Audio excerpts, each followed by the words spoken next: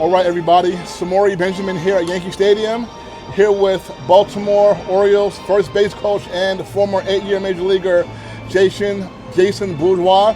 Jason, man, nice to meet you. Thanks for joining me here at Yankee Stadium. So I know that you got your first career hit at the old Yankee Stadium, 2008.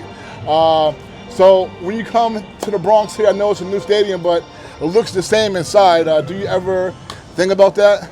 I do. I can't say it's the same inside. Stepping up to the old Yankee Stadium, it was something nostalgic about it. You can tell it was history made there. In fact, like when you step in a batter's box, things seem off. The field seemed a little wider. It's just the presentation was different. So I kind of wish it was still here in a sense. But they've done a heck of a job building this place and building the atmosphere as well. Yeah, that's very interesting. And I'm going to get back to that, your first hit later. But like I was telling you, I saw that I know you're from Houston. And so I know you grew up with Carl Crawford and Michael Bourne. You all played together in Little League. And I got a chance to interview them when they were playing. I never got a chance to meet you. So great to meet you now. But, in Houston, growing up, how did you get into baseball? Yeah, so Smokey Jasper Little League was a Little League facility on the northeast side of Houston. And it was an all-black Little League. It was the inner city Little League. It was something that was built by the people in that area. It was a special place. From cheerleaders to parades. Some of your dignitaries were involved in those parades, making donations to various teams there. So it's a historic place, and that's kind of where I fell in love with the game. My dad was my Little League coach, so I was able to get to practice every day. And I was blessed enough to, pan out to a big leaguer. That's cool. All Black Little League. And so I know that in the 80s in Florida, Tampa, Dwight Gooden and Gary Sheffield, they were on All Black teams. They made it to a Little League World Series in Williamsport. And then I was just talking with Nationals first base coach Corey Ray. He's from Chicago. And Jackie Robinson West Little League in 2014. All Black Little League made it to Williamsport Little League World Series. So that's amazing. So I saw that you all in Houston won the state championship when you all with that team. So what was that like? And how close did you all get to Williamsport if that was like the same summer? Oh, man.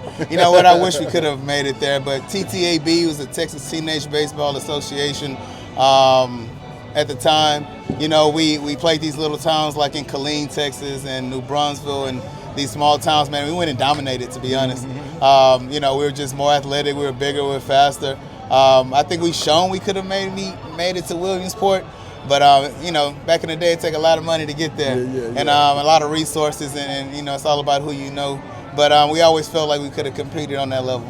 Now, so I'm from Harlem, so I was on a similar league, and where like we had our team was all black and some Latin kids as well, and but I felt like growing up, I'm like your generation, and I was a big baseball fan, but I saw that outside of the Little League, there wasn't really a lot of my black peers who were into baseball. So but in Houston, were a lot of your black peers outside of the league into baseball? Yeah, it was. We grew up in an area where it just was, man. Texas, weather is kind of nice year round. Anyway, back then it was, where you almost played 2 to 4 games a day.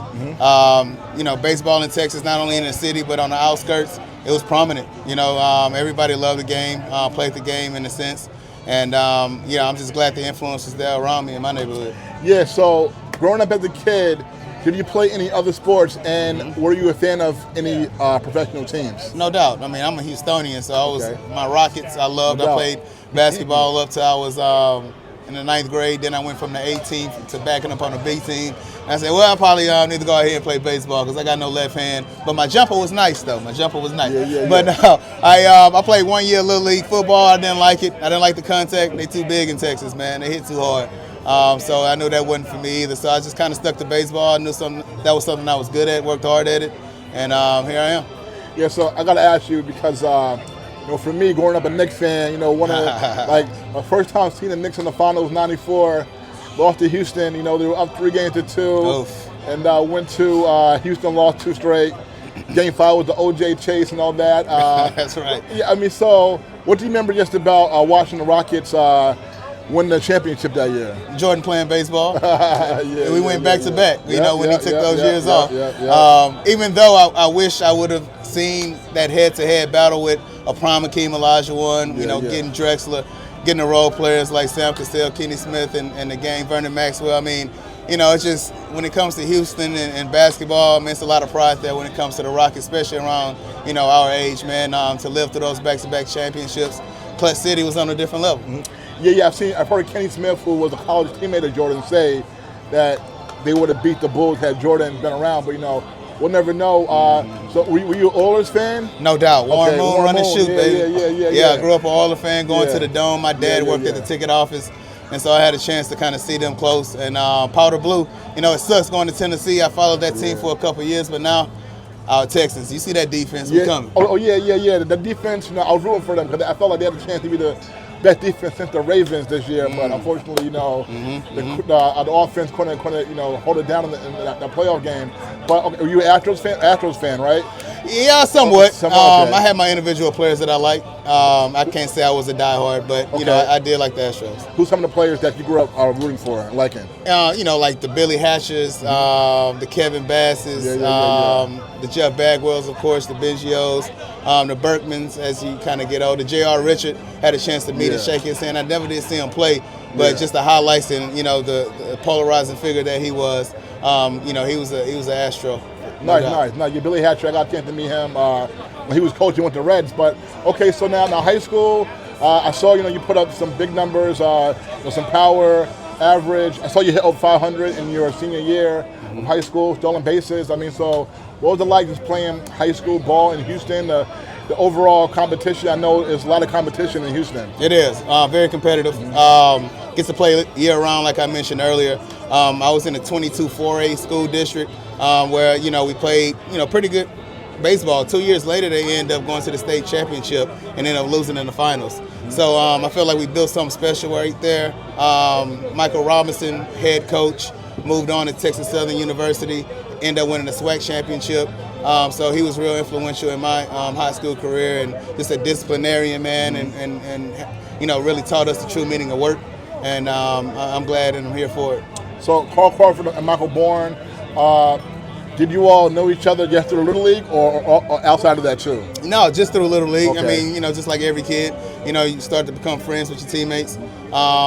Michael Bourne's dad was a big influence. You know, we were two teams actually. You know, Mike and Carl played with one another. I played against them for about 6 years, and when we go to the playoffs, we were able to combine teams, get players, and that's what we played together. So we end up competing against each other and playing together. Okay, and so I know you were drafted in 2000 by Texas, and Carl Crawford was drafted in 99. So when he got drafted in 99, you know, I don't know if you knew any other players who got drafted from where you were from, but when you saw him get drafted, did that kind of maybe like inspire you to say? No doubt. I was always trying to be on his coattail because he was the best. You know, for me, he's probably one of the best baseball players to come out of the Houston area. Just all around, you know, athlete, all country and football and basketball. I mean, shoot, if you was trying to catch up with Carl, you were doing something right. One of the hardest workers that I've seen coming up in the minor leagues. This guy worked tremendously. He deserves everything that he has right now. So yeah, he was a big influence. I mean, I guess that year in 99, probably him and Beckett were the main two to come out of the Houston area. Or what, Josh Beckett? I didn't realize he was from Houston. He was number one. He was number 2 pick behind Josh Hamilton. I think so. Yeah. So now you were a shortstop, and Texas drafted you in the second round in 2000. So Texas Rangers. So you're a home state team drafts you. So what was it like to be drafted second round in 2000? Yeah, man. You know, any opportunity was great. You know, just waiting on the right shot if it made sense to, you know, jump in the pro ball and not go to college. It did. You know, being a second rounder. You know, having the influence to go ahead and start my career was huge. It was one of those deals where I was fortunate, man. I mean, not everybody gets to go out of high school. I look back at it. Sometimes I was like, man, what if I would have went to college? But I'm still in the game now, over half of my life, and I think I made the right decision. So did you have college offers? I'm sure you did. Yeah, I ended up signing with San Jack Junior College in Arizona State. Okay. Now, the minor leagues is very tough. That's always a reason given to me when I've been looking at the decline of Black American players for a long time in MLB. And then one of the big reasons people say is why some black kids decide not to play baseball because the minor leagues is a grind. With the other two professional sports, NBA, NFL, you get drafted, automatically playing for the big club. But with MLB, you get drafted and you still have to, go through a long grind just to make it to the big league. So I know you were in the minor leagues for about 8 years or so, 7 years before you made your MLB debut. Yeah. You were through like 3 or 4 different organizations. So what was the minor league grind like for you? You know what? It was a space where I knew that I had a small window and I had to do something about it. I always felt like the underdog anyway.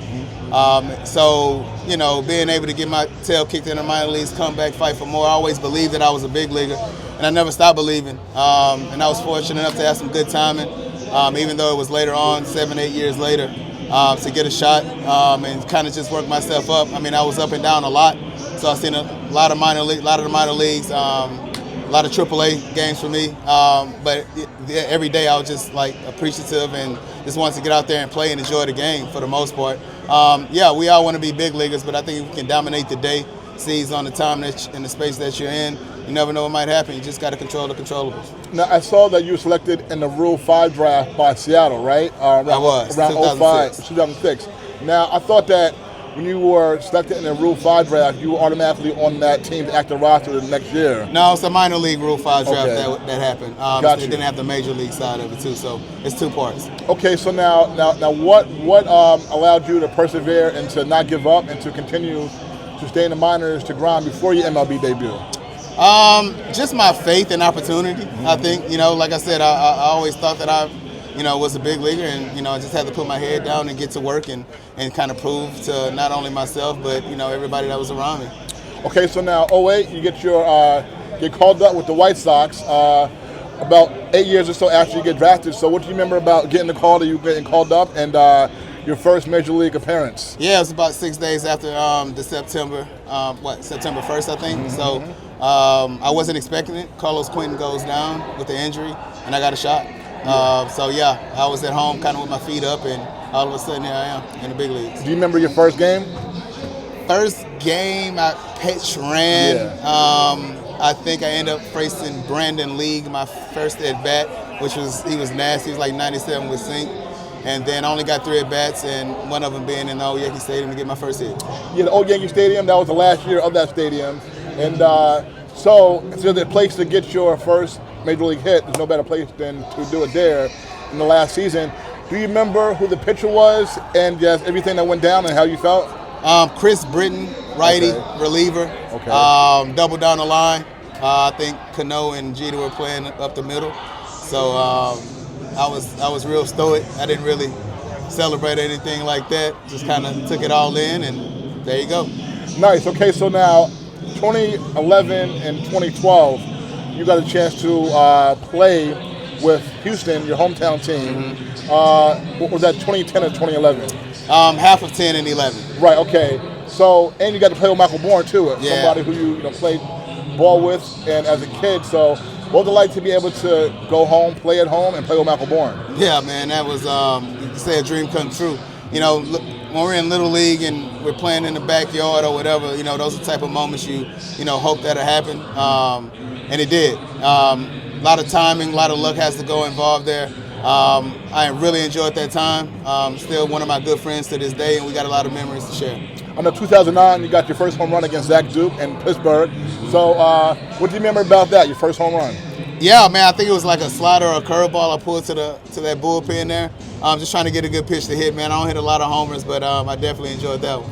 Okay, a few more for you. I know you got to get ready for your game here today against the Yankees. Now, I know you played in Mexico as well towards the end of your career. So how was that experience playing in Mexico? Yeah, kind of saved my career in a sense. Became a free agent, wanted to make some more money, wanted to figure out how to hit the off-speed pitch. It was a great combination of them both. Going to Los Mochis, Sinaloa was kind of a culture shock. Opened me up to a different world, to some great food, to some hungry baseball fans, and to some playoff type of baseball, man, in these small towns that they really care about. And it really kind of empowered me and grew me as a player. Was there a pitcher that, growing up, you saw growing up, and then you got a chance to face in the majors, and you were like, wow, I saw this guy my whole time growing up? Man, probably spring training since we in Yankee Stadium, Mariano Rivera. Yeah. One of those at bats, the cutter was like different. It was like kind of one of those surreal moments where I'm like, dang, I'm facing one of the best in history. Didn't get a lot of chances to face those righties, being a platoon guy facing a lot of lefties, so that was pretty cool. Now, I know your first opportunity to coach was in, I think, 2019 with the Dodgers. So how did what made you decide to get into coaching, and how did the opportunity come about for you? Yeah, just I was asked by the minor league director, Will Rams, was I interested. I was in Mexico playing at the time, and Mexicali, and you know, it was something that I wanted to do. I wanted to stay in the game. I wanted to make an impact. I really didn't know the area yet, but it was a great startup for me to kind of find myself, find who I was as a coach, and it still goes, man. And you know, I'm still learning, trying to find my way. And how was it for you to get an opportunity to be a coach on the big league level? I know the White Sox gave you opportunity, I believe, in 2023, the first one. You were there for about 3 years or so. So how was that opportunity for you? Yeah, I mean, got my feet wet in the major league level the past couple of years with the White Sox. Took a lot of losses. I mean, there's no getting around that. But I learned a lot. Like I said, this is a lot different from the minor league. So, you know, the learning curves, the growth mindset, the willing to kind of sacrifice a lot, not only for me and my family, but for others to try to win a World Series. Couple more for you. You know, your whole baseball career, who's the most talented player you ever played with? Played with? Yeah. Oof. Well, I guess, I mean, having that 1 September, probably King Griffey Jr. You know, he was with the White Sox at the time. So when you talk about talent overall, I mean, it doesn't get any better than that.